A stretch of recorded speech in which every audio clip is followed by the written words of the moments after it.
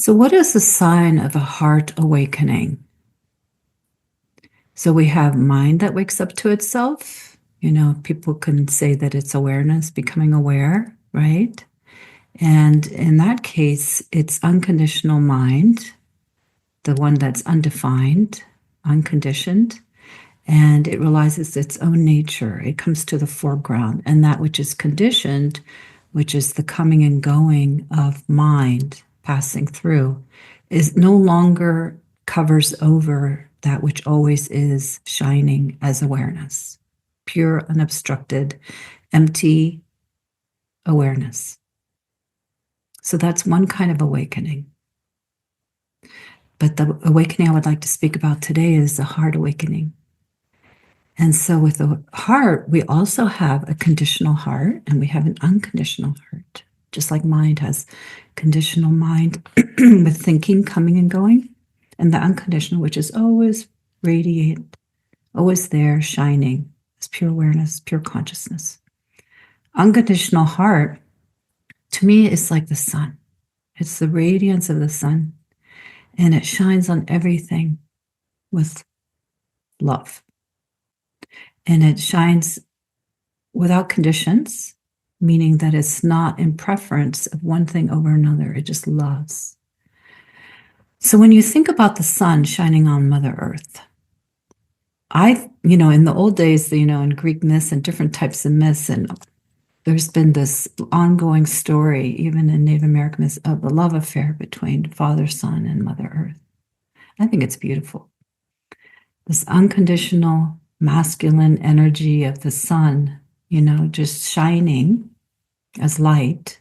In this case, we're just going to call it masculine, on Mother Earth, which creates life, form, and loves unconditionally everything that it touches. So when the heart wakes up here in you, it's and it doesn't have to come with mind awakening first, just so you know. It's not linear. All right. It could be heart wakes up first and then mind, mind, or it's mind and heart, or a little bit of this and then a little bit of that. And it comes back and does some more. You know what I mean? It's like some clarity of mind. Oh, some love. And, with the conditional heart, it does love. Conditional heart is the one that gets hurt. The conditional heart is the one that opens and closes. The conditional heart is that which falls in love and can fall out of love. And the unconditional is always, always shining behind it. And the conditional heart can get, pretty beat up. Let's be honest, to where it's hard to want to trust and try again with opening one's heart, whether it's love, affair, or just with friends, or being open energetically. But when the unconditional heart opens, it really helps heal this conditional heart. And one of the signs of an awakened heart is a true caring arises for all life. It really just does. It doesn't mean that there aren't still preferences of who one wants to spend time with. It doesn't mean that one doesn't have good boundaries, saying I'm just indiscriminately just going to hang out with whomever. It's not necessarily so. There's still great intelligence that arises. But there's this capacity to be loving and caring, even if it's just energetic. And it starts off with oneself, okay? So that because the unconditional heart is also the great healer. It's the great unifier. It's where unity consciousness is known and experienced in a felt way.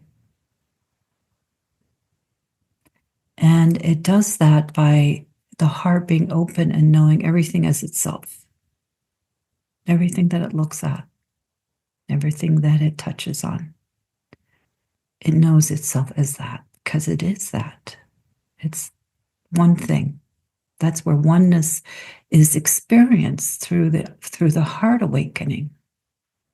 And it touches this, what we are, what we contain, all these places that we still live in inner division, that places we haven't welcomed yet fully.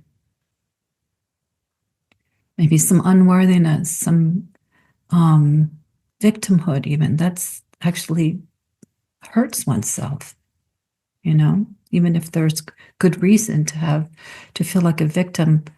Holding that energy inside creates division because we're hurting ourselves. Anything that is unresolved, basically, is going to be eventually the heart is going to penetrate and sink and reconcile and welcome and alchemize, heal. And a lot gets taken care of by grace. I don't want, it's not all like work, inner work, but because a lot gets cleared by grace. But the rest that's there, that over time bubbles up, when the heart awakens, it knows what to do. It goes towards it, and meets it. It doesn't shy away and shines. And that shining, that light that's shining on what feels separate still inside, or what was created, some trauma, some wound was created out of believing in that separation in some ways, some pain, will be seen. And by being seen, not just visually, but deeply penetratedly seen, it actually resolves. So a sign of an awakened heart is a deep caring for oneself, a caring, taking care, loving, not the separate self, but just being that caring for the body, caring for oneself in the sense of who you spend time with, what kind of work you're doing, all these different aspects of your life that might not be in alignment, that might have arisen and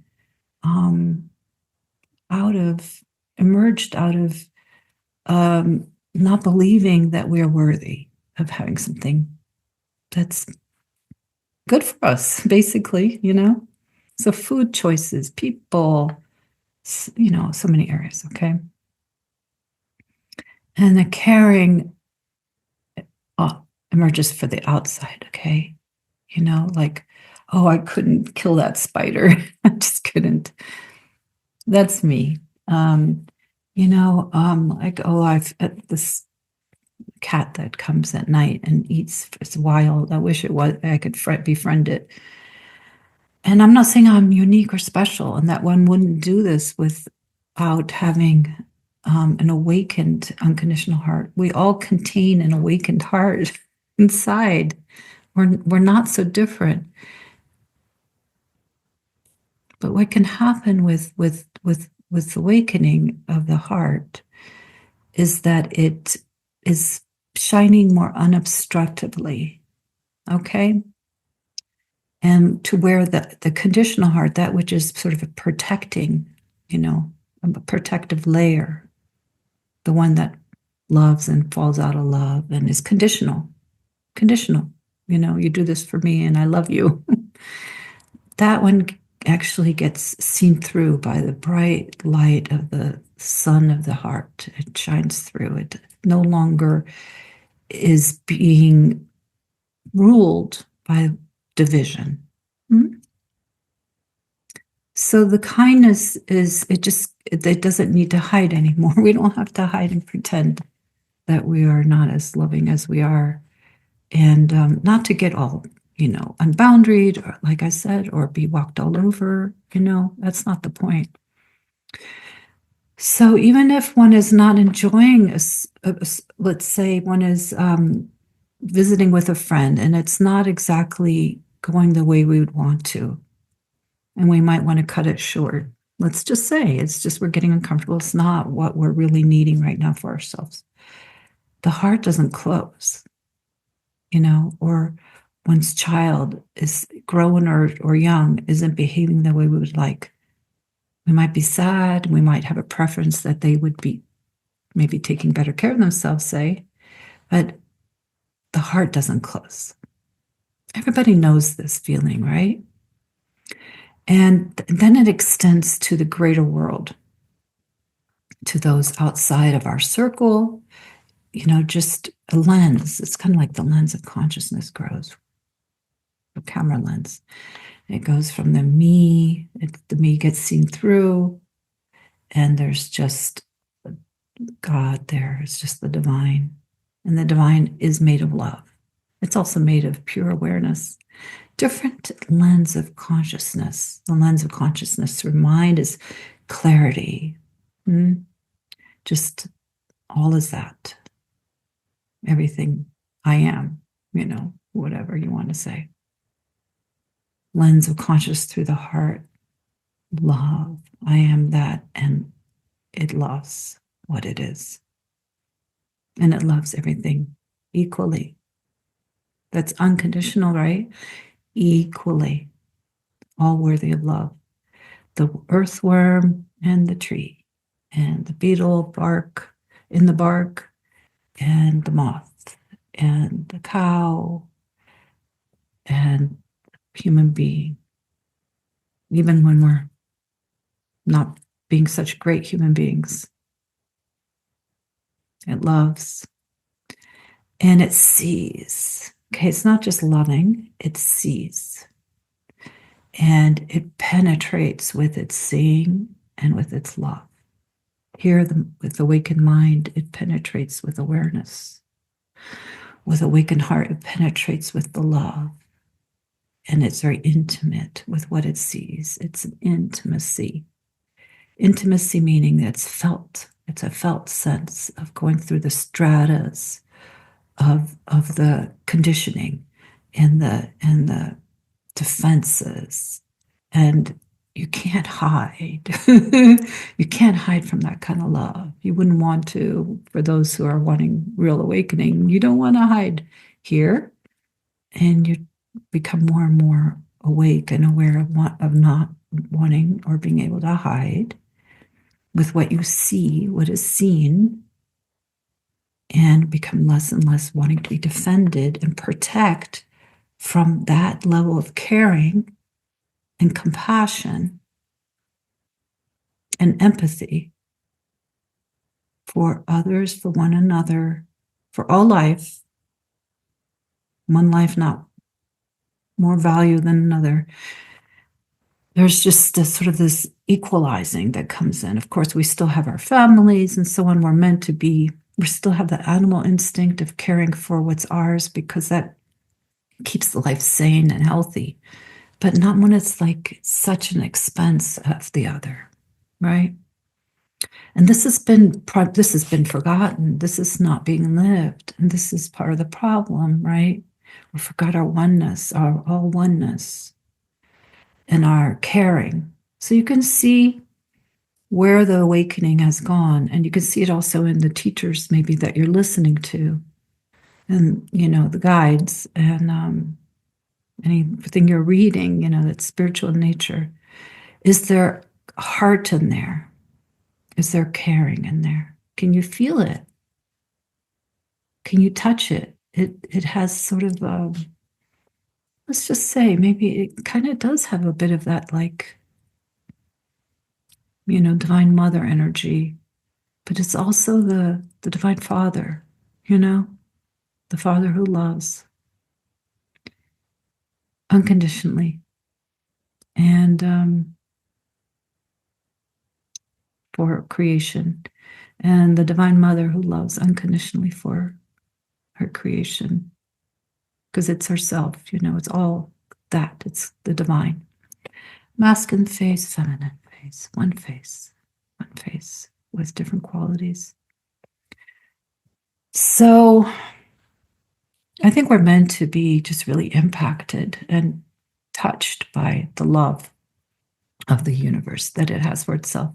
This oming, the sound current of the earth, of the universe all has the sun. They all have their own sound current. The body's humming, and that sound current is materiality. Of even if it's very subtle, and it has a sound to it, and that sound is the sound of creation. And creation loves itself. It creates out of love. It's creative, and it does so really out of love. And so, and this kind of love, it wouldn't hurt another. And if it does, it wants to make it right away, as fast as possible. And because there's learning that still takes place and needs to take place, and that's the divine as well, learning and in a process of evolution, of growth. It's creative, it's learning, and it makes little mistakes, and it rights the ship and says, oops, I want to try again, say that better. And whoa, that was done. There was some ignorance there. Didn't know any better. What is ignorance? This doesn't know any better right then. And then out of love, it'll say, can I have another moment, another chance, which we don't always get, but can I have another chance to make this right? At least here, there's a knowing that compassion and caring is starting to dissolve and work its magic in transforming what is not in alignment. And so when it sees what's out of alignment in the world, there is a natural rising of pain. And that's normal, okay? That's normal for everyone. With an awakened so-called heart or not, seeing pain can make pain happen. But the difference with the awakened heart is that the protection of wanting a coping strategy of protecting from the impact of being touched so deeply by the pain and suffering of others and of life, of animals, whatever it is. It is that is not there anymore, because that protection is really division, the idea of being separate. And so that dissolves, and then there's just this open window, life here, life here, one thing happening, no protection. But because there's no more separate self here, or it's dissolving as it dissolves, okay, let's say, the more it dissolves, the less that pain there'll be a desire to create a barrier, because then there's a transparency that takes place, and it's like passes through, and it's not another strategy, okay? It's more like breathe in, all life, intimacy, feeling everything, oneness. Breathe out, release, breathe in. Feeling some uncomfortableness from some corner of the universe that's in pain here. Breathe in. If it's not here, it's going to be somewhere. Breathe in. Can feel it, and it's in there. It's okay. But what is it doing? What is it taking away? What is it impacting? It's ourselves. It's still ourselves, right? And the heart doesn't defend, and it welcomes.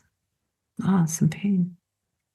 So it sees, it experiences, and it welcomes and allows, and it also has the capacity to release and not be overburdened. Okay. So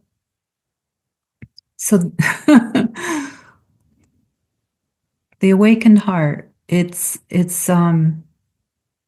It's possible. Everybody has that capacity, just like awakening into awareness. And you may already be going there and having it happen. It's a journey, just like any other journey of awakening.